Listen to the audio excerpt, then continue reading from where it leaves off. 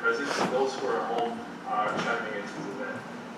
Now this event is, again, for the public, but again, building stronger and better communities in our Black community societies.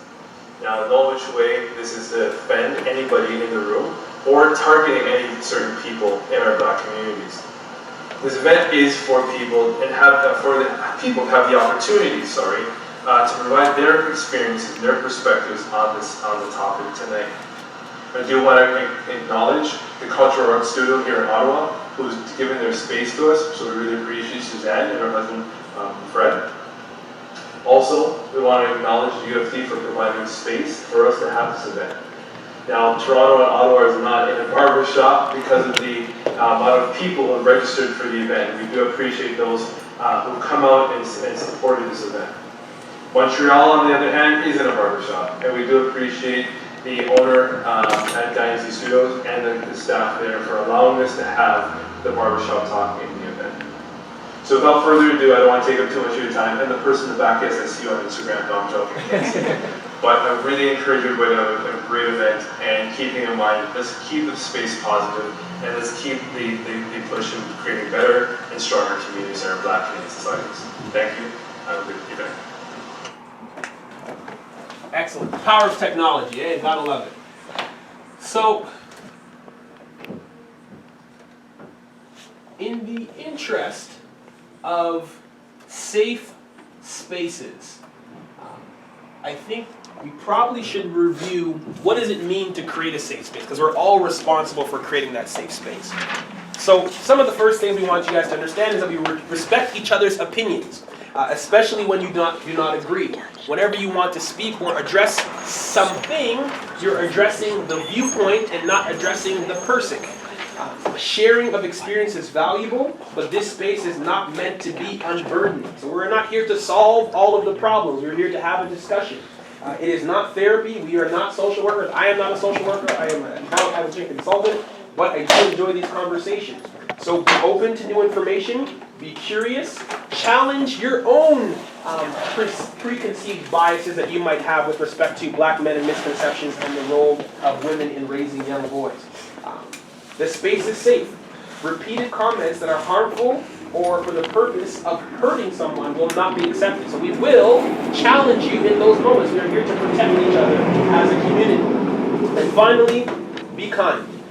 Don't be afraid to step up if you want to say something, or step down if you want to take more of an observatory role. This is also a space that is specifically and uniquely for people of color, racialized people, and Blacks. So if you do not identify as that, it doesn't mean that you are not welcome. It just means that you are here to observe and to learn about these conversations. So that being said, I will let Selena do a quick translation, and then we will ask the first question.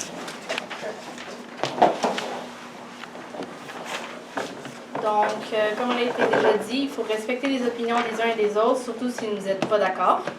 Le partage des expériences est précieux, mais cet espace n'est pas destiné à alléger le fardeau. C'est pas une thérapie, malheureusement, puis on n'est pas professionnel assez pour pouvoir vous aider dans ces espaces. Et être curieux de connaître les expériences des autres et ouvert à de nouvelles informations qui permettent la croissance et la compréhension.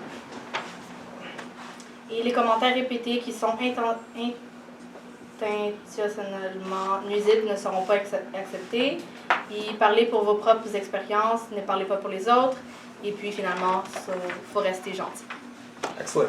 So, we have brought an interesting device here, and I saw some people looking at it when they came in, wondering, what is this colorful stick here? So this stick traveled a long way, and it's actually rooted in African ancestry and culture. This is called a rungu talking stick, and it came all the way from Kenya in a Maasai village. This was handmade by a Maasai mama. Now this stick used to be used as a war tool to knock people over the head. We will not be doing that today, despite how much disagreements we might have. What they transformed this stick into is actually a conflict resolution tool. So the two warring tribes, instead of attacking each other, would use this stick to have peaceful and civil and respectful conversations. We are going to adopt that same practice here. This is an open space to all genders and to all lived experiences, but we acknowledge that many of you have different lived experiences with how women have played a motherly role in your lives. So we are using this word mother in this discussion, not to represent necessarily your mother, but somebody who may have played that role. Now when somebody has this stick, they have the power. They are to be listened to. If you do not have this stick, it doesn't mean you cannot speak, but recognize that you are maybe interrupting the train of thought of somebody else who is speaking.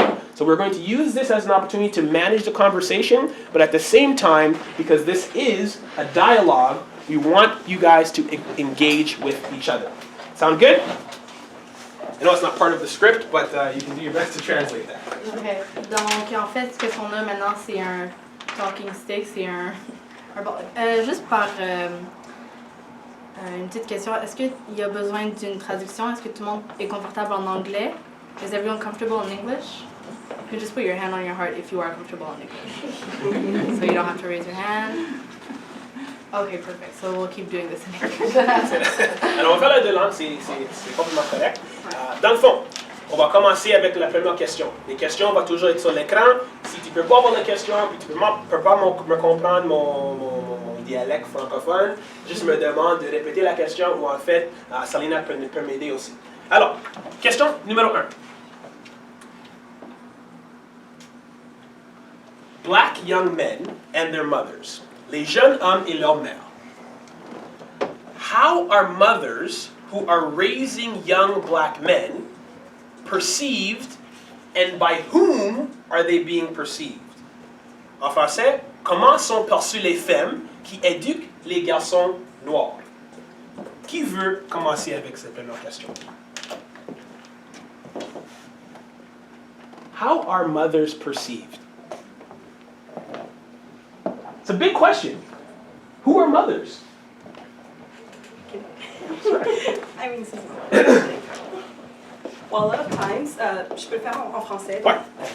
Beaucoup de fois, comme on voit les mères des hommes noirs comme ayant une responsabilité ajoutée, au niveau social surtout, parce qu'on se dit, premièrement, avant de penser à la perception des femmes, des mères noires, il faut penser à la perception de ceux qu'ils élèvent, donc les hommes noirs qu'ils élèvent. Et les hommes noirs sont souvent perçus, malheureusement, comme une menace envers la société. Fait que là, les mères, souvent, ils sont comme doublement tenus responsables d'élever ces garçons-là comme des bons citoyens de la société, si on veut. Je ne sais pas si ça fait du sens ou si quelqu'un a quelque chose à ajouter. Who wants the stick?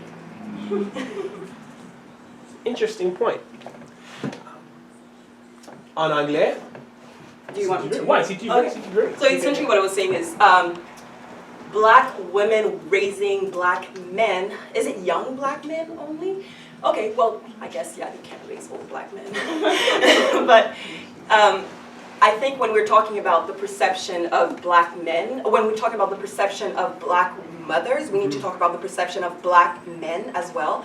Black men are often perceived in society as like a threat, always violent, when it's actually not the case. Mm-hmm. So black mothers are held doubly responsible for raising good citizens, if you want. So, yeah. And in your description, oh, go ahead, Bernard. No, sure.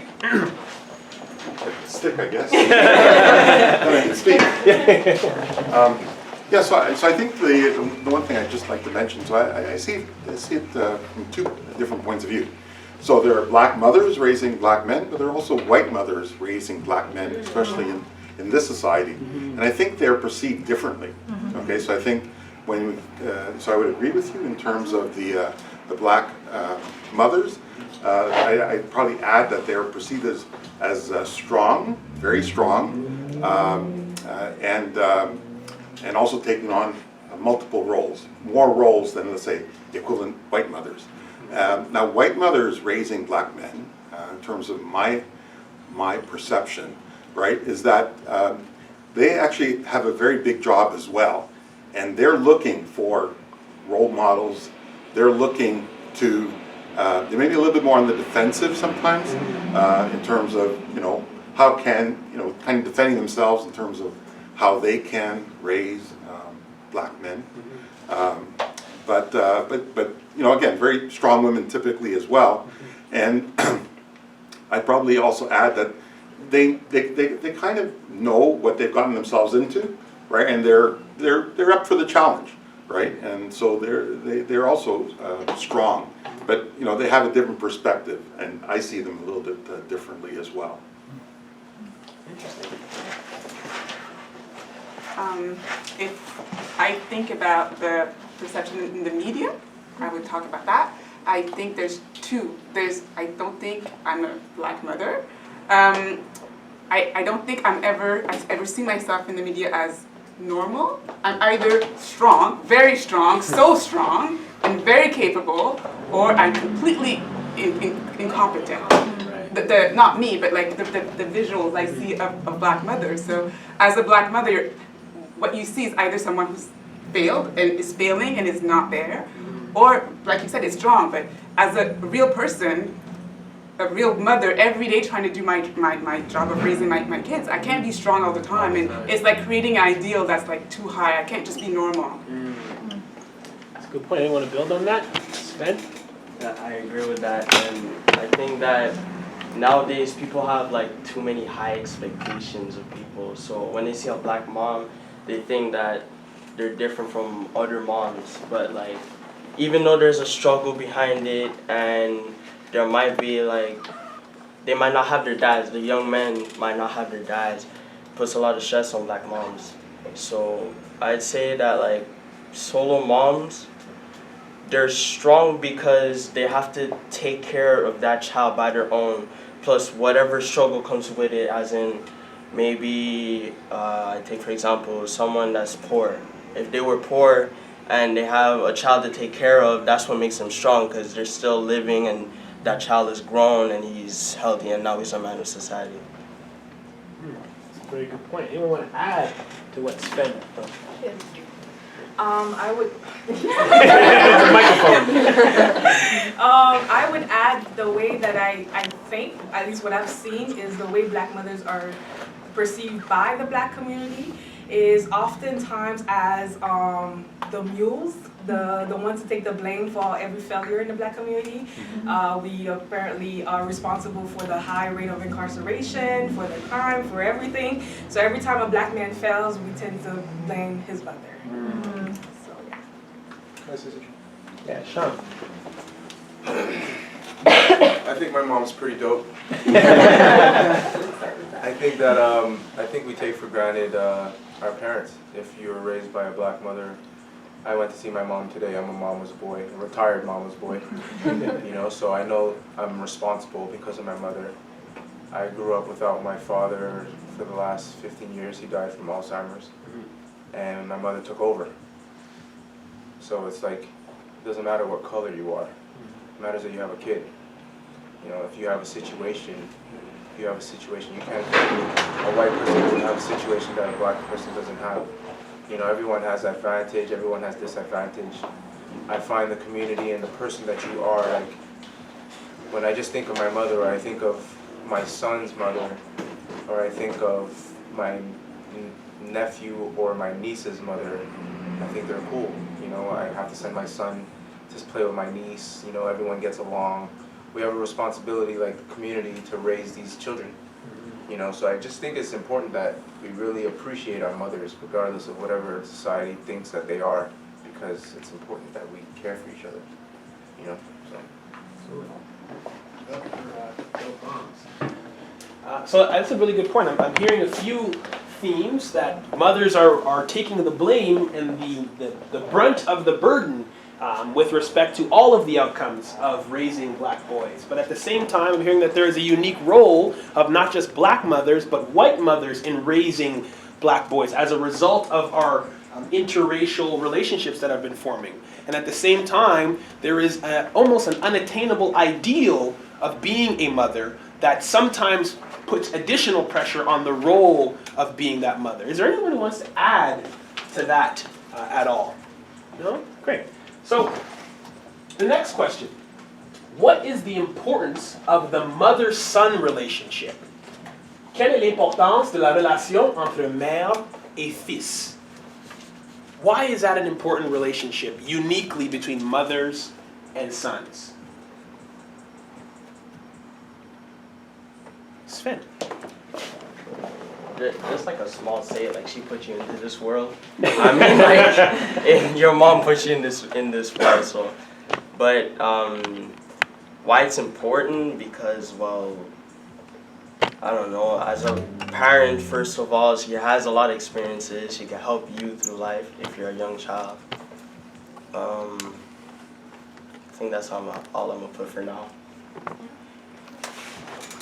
I've heard that before. The thing I'm going to say is, I think when speaking of the importance of mother-son relationship, I think I want to stay away from responsibilities, but unfortunately, living in the society of toxic masculinity, mothers of black men have a role of any mother, like he was saying, any mother have that responsibility, but because the perception that we already have of black men, I think to debunk or unlearning toxic masculinity, black mothers, or maybe just mothers in general, should definitely teach son how to be with women, in relationship to women, how they should not just treat women, because then I don't see them as things to be handled, but the respect and understanding of what femininity means and how women are going through or living in society and understanding their struggles and being more open about things like female sexuality and like understanding like, you know, our needs, like maybe not like that, oh wow. That counts too. No, that's not a mother's responsibility, but what I'm saying. But I guess my point is, sometimes I think mothers, a lot of times, like they give men these roles, and like even men don't even fully understand that role, and then they're teaching young men, young black men, this toxic way of being a male and like navigating life through like these lenses of what it means to be a black man. I'm supposed to be, you know, I'm not saying that's the case for all black men, and I'm not saying that's entirely their fault, but I'm saying it's the expectations that are put on them is to sexualize a lot of time women, because that's what is kind of like expected of them, is to, you know, talk to women a certain way. And so I would say, and that's not just it, but I'm saying like, you know, I would say the importance of mother-son relationship is also like about being more open to what it means just to be a human in general, you know, because a lot of times like mothers have this idea that, you know, son should be strong and, you know, don't cry and don't do this and don't do that. At the end of the day, men are humans as much as, you know, women are human and we cry and we're more open about it. Then I think this importance, this relationship, I think men have a lot to learn from their mothers and like observing them and learning how to not only act towards women, but also how to just be emotionally speaking, because fortunately for us women, we've been taught that it's okay to be open with your emotions. That's what I'm saying. Anyone want to respond to that? Oh, I yeah. heard some interesting points there. Also, one thing I think is that reason why a mother-son relationship is important is because you need a best friend. Honestly, with my mom, my best friend, the one person you can definitely trust without hesitation. A good 99 point infinity nines of the times, most of the time. Like, moms are always there for you, even when you resent them, even when you have like a little rebellion or anything. They're always there, you know? So it's good to have your mom, like have a close relationship with your mom, because you could open up to them with any problem, anything, literally.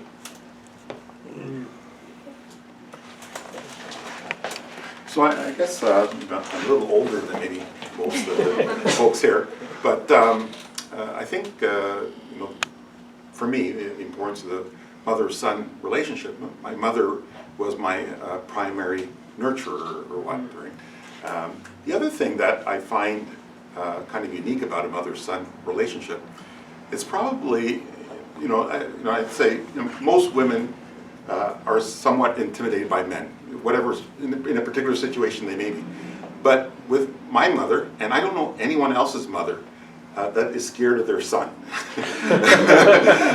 It's usually the other way around, right? And that says something, because I think there's a certain amount of directness and candid that they can be with their son that another woman can't. So it's a very unique relationship in that in terms of the strength that they have. So again, they can basically tell you the way it is, right? Whether you like it or not, they can be your best friend in that sense, and that they can be very, very open with you, and maybe not like probably any other male-female kind of a relationship, right? So so that's for me, that's a bit of the importance of it. I can relate to that for sure. Go ahead, Marie. I think the importance of a mother-son relationship is teaching your son from young how to respect women and how to treat them, because they say that how a man treats his mother is how he's going to treat his wife or girlfriend. And a lot of the times when they have no respect for their mother, often later on in life they have no respect for women in general at all.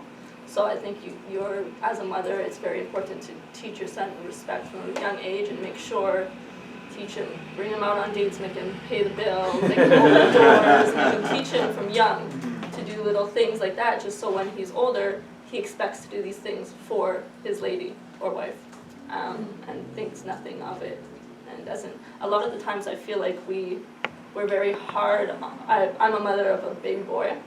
I don't have other kids, but I feel like mothers are very tough on their daughters.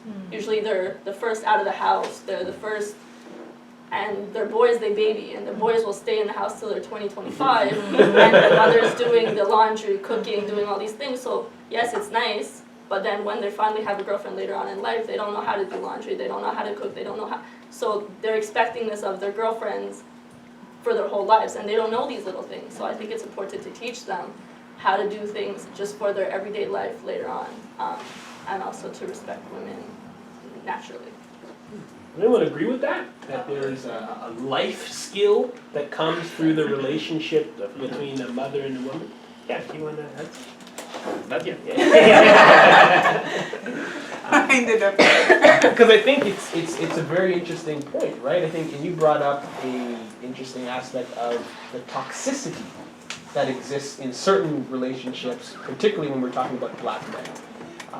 So the next question that I'd like to move on to is, what role does femininity play within the relationship between women and their Black boys? Alors, quel rôle joue la féminité dans la relation entre les femmes et leurs jeunes garçons noirs? Yeah, correct. So actually, to follow up on your point, I think that's where I would see that fitting in terms of how your mother behaves and whatnot, how you see her behave, how you interact with her, and basically that femininity, something that you can learn from as a man, and then kind of demonstrate with your other female relationships. Mm-hmm. So I think that's the very important part. It's actually a role model, right, that you learn from the role. It's not necessarily that you want to adopt all those traits, but you recognize them, you respect them, you see the diversity, right, you respect it, and you accept